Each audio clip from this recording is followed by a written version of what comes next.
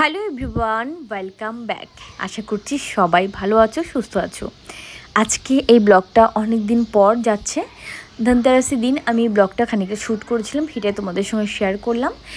তো তোমাদেরকে বলেছিলাম না যে আমাদের এখানটা সেই গণেশ পুজো থেকে শুরু হয় আর জগদ্ধাত্রী পুজো পর্যন্ত কন্টিনিউসলি এখানে পুজো হতেই থাকে, এবং একটা দুটো না, বেশ অনেকগুলো পুজো আমাদের বাড়ির চারিদিকে হয়, বাড়ির সামনেই হয় বলে চলে। তো আজকে এখন সন্ধ্যাবেলায় যাচ্ছি হচ্ছে নিচে, মানে বাজারে যাচ্ছি একটু।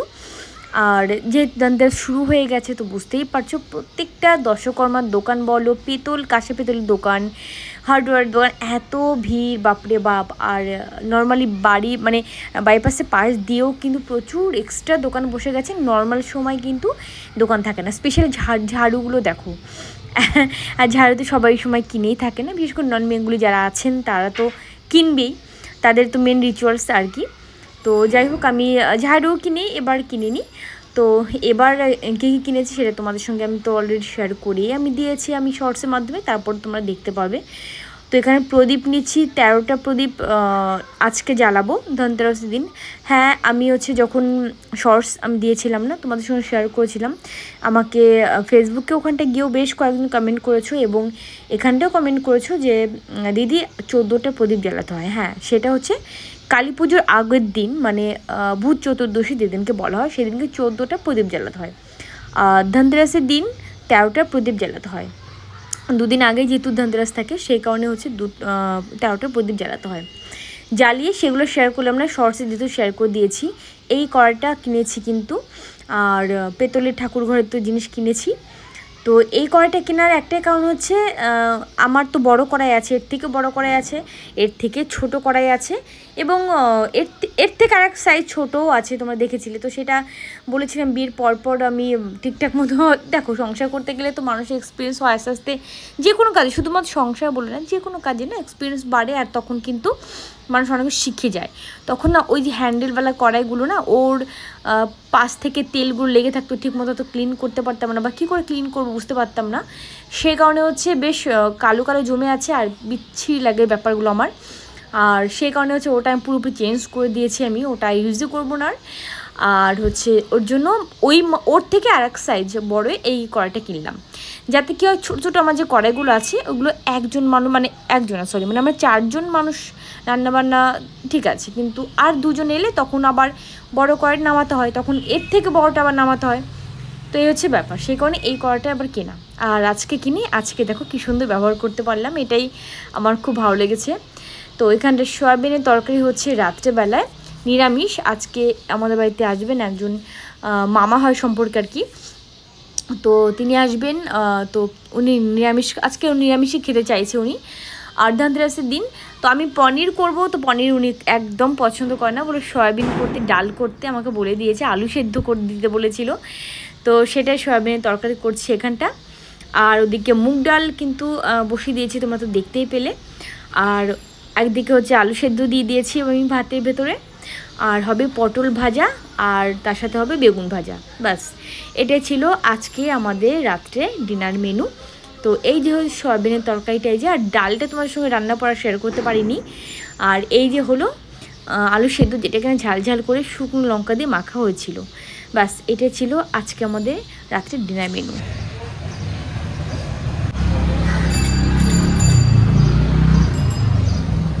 আজকে হলো পরের দিন সকালবেলা, সো গুড মর্নিং তোমাদের সবাইকে। আর এখন দেখো ঘুম থেকে উঠেছি, তা মোটামুটি 10 মিনিট হয়ে গেছে, চোখ যেন ঘুম ছাড়ছেই না চোখ থেকে, আর একদম ঢুলুমুলু করছে। তবে এখন কিন্তু অনেকটাই সকাল, আর আজকে বেশ সানি ওয়েদার। সকালবেলা ছাদে চলে এসেছি, আজকে এতটা সানি ওয়েদার, বাইরে দেখে মনে হচ্ছে না যে এখন সকাল 7টার মতো বাজে, কিন্তু সত্যি এখন সকাল 7টার মতো বাজে। আর আমি ছাদে, এই যে, আর দেখতে পাচ্ছি দোকানপাট সমস্ত কিছু বন্ধ।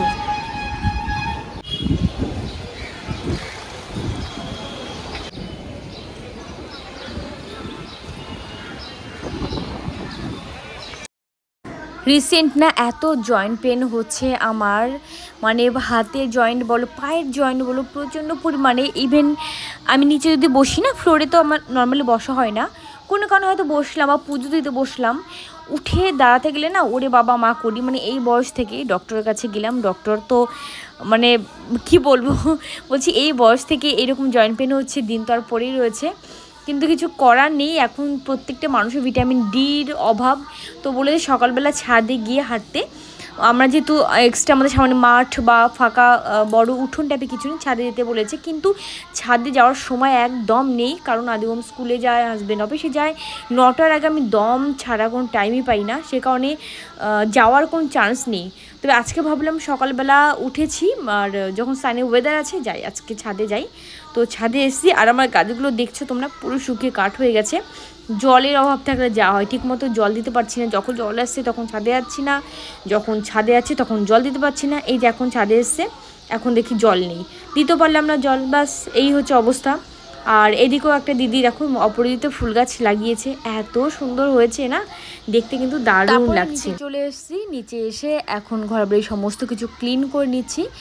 আর বেড কভারটা না আজকে ভেবেছি চেঞ্জ করে দেবো, তো দেখা যাক কী করি।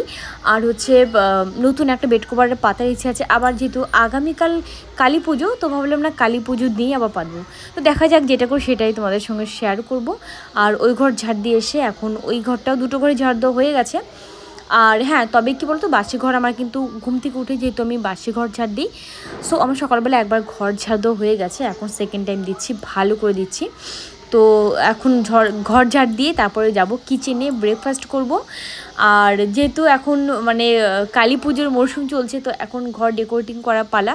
প্রত্যেকবার তোমাদের সঙ্গে ঘর ডেকোরেট করা কিছু না কিছু ভিডিও তো আমি শেয়ার করেই থাকি, কি দুর্গাপুজোর আগে কি কালী পুজোর আগে, বিশেষ করে কালী পুজোর আগে বিভিন্নভাবে ফুল দিয়ে হোক, আমি ডাইনিং টেবিল থেকে শুরু করে আমার রান্নাঘর, আমার বেডরুম বা আমার ঠাকুরঘর সমস্ত কিছুই আমি মানে ডেকোরেট করা তোমাদের সঙ্গে শেয়ার করি। কিন্তু এবার আর আমি কিছুই করতে পারলাম না, দুঃখিত মন থেকে। কিছু রিজন আছে অবশ্যই, তোমাদের সঙ্গে আমি বলবো, হয়তো তোমাদের শুনলে মানে খুব খারাপ লাগবে, আবার হয়তো অনেকের কাছে এটা কিছু মনে নাও হতে পারে।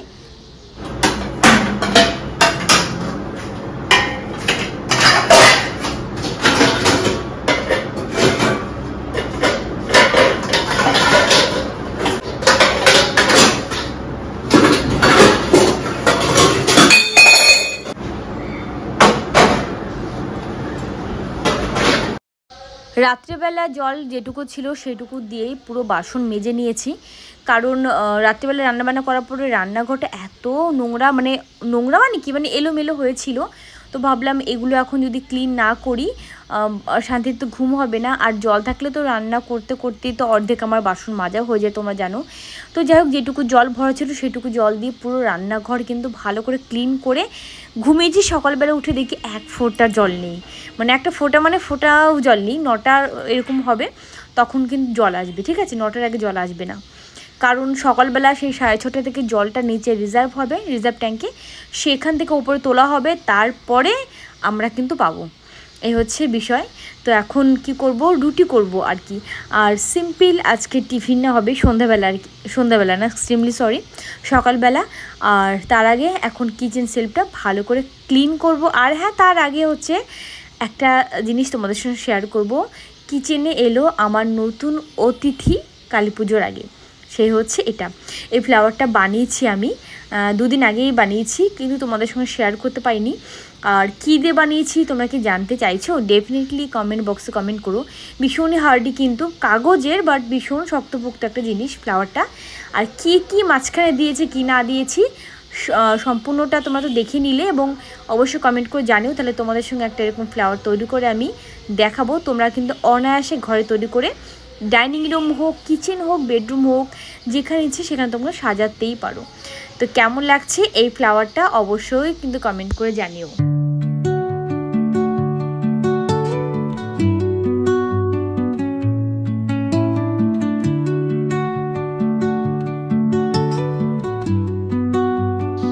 আজকে না নতুন বলবো না এটাকে, এই প্যানটা আর কি, রুটি তাওয়া, ফ্রাইং প্যান বলবো না, এটা হচ্ছে রুটি তাওয়া, এটাতে রুটি করব। অ্যাকচুয়ালি এটা না খুব ভালো একটা রুটি হতে চায় না। আমার আগে যে হ্যান্ডেল ছাড়া যে তাওয়াটা আমি প্রত্যেক দিন রুটি ভাজি, এত কমফোর্টেবল লাগে না আমার, এটা হয় না যে কাজ করতে করতে, এটা মাসিদের দেখতাম, কাকিমাদের দেখতাম, এমন একটা জিনিস যা প্রত্যেক দিন ব্যবহার করে যাচ্ছে, দেখতে ভালো লাগছে না কিন্তু তারা ব্যবহার করছে। আর বলতাম এই জিনিসটা এত খারাপ হয়ে গেছে তাও তুমি ইউজ করছো, সেই ব্যাপারটা এখন বুঝতে পারি। কোনো একটা কাজে যখন আমরা হ্যাবিচুয়েট হয়ে যাই সেই জিনিসটার উপরে আর কি, তো সেটাকে ছাড়তে ভীষণ কষ্ট হয় আর কি। তো এই তাওয়াটা এত ভালো রুটি হয়, কিন্তু এই তাওয়াটা না রুটি খুব একটা ভালো হয় না। তো রুটি যাই হোক মোটামুটি হয়েছে, খারাপ হয়নি, ফুলেছে কিন্তু একটু সময় লাগছে না, কি দেখো নতুন নতুন করছি, হয়তো আমি কিছুদিন পরে পুরোপুরি হ্যাবিচুয়েট হইলে প্রবলেমটা হবে না। তো এখানে বাটার রুটি আমি মাখিয়ে রেখেছি। আদিও হচ্ছে ডাকতে ডাকতে পাগল হয়েছে, খেয়ে যা খেয়ে যা।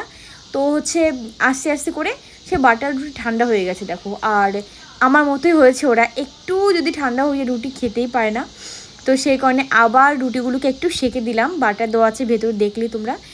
তো ওরা এটা খাবে। আর তারপরে স্নান করে চলে এসেছি ঠাকুর ঘরে। আর ঠাকুর ঘরে তোমরা তো দেখিয়ে নিয়েছিলে যে আমি শর্টসের মাধ্যমে দেখিয়ে দিয়েছি যে এখানটা আমি পেতলের গ্লাস কিনেছি ছোট ছোট 5টা, আর 5টা ছোটো ছোটো প্লেট কিনেছি পেতলে, ঠিক আছে। তো এই গ্লাসগুলো বেশ ভারী আর প্লেটগুলো বেশ কিন্তু ভারী। আর এর আগেও বড় প্লেট আছে আমার কাছে পেতলে, কিন্তু অত বড় প্লেট প্রত্যেক দিন দরকার হয় না বলে রেখে দিয়েছি। মাঝখানে কিন্তু আবার হচ্ছে স্টিলের প্লেটে দিতাম তো ঠাকুরকে খেতে, তো আবার ছোট ছোট প্লেট এবার কিনে নিয়েছি আবার। তো যাই হোক, কেমন লাগছে অবশ্যই তোমরা কিন্তু কমেন্ট করে জানিও। আর আজকে ব্লগ তাহলে এখানেই শেষ করছি। সবাই অনেক ভালো থেকো, অনেক হ্যাপি থেকো। আজকের মতো সবাইকে একটা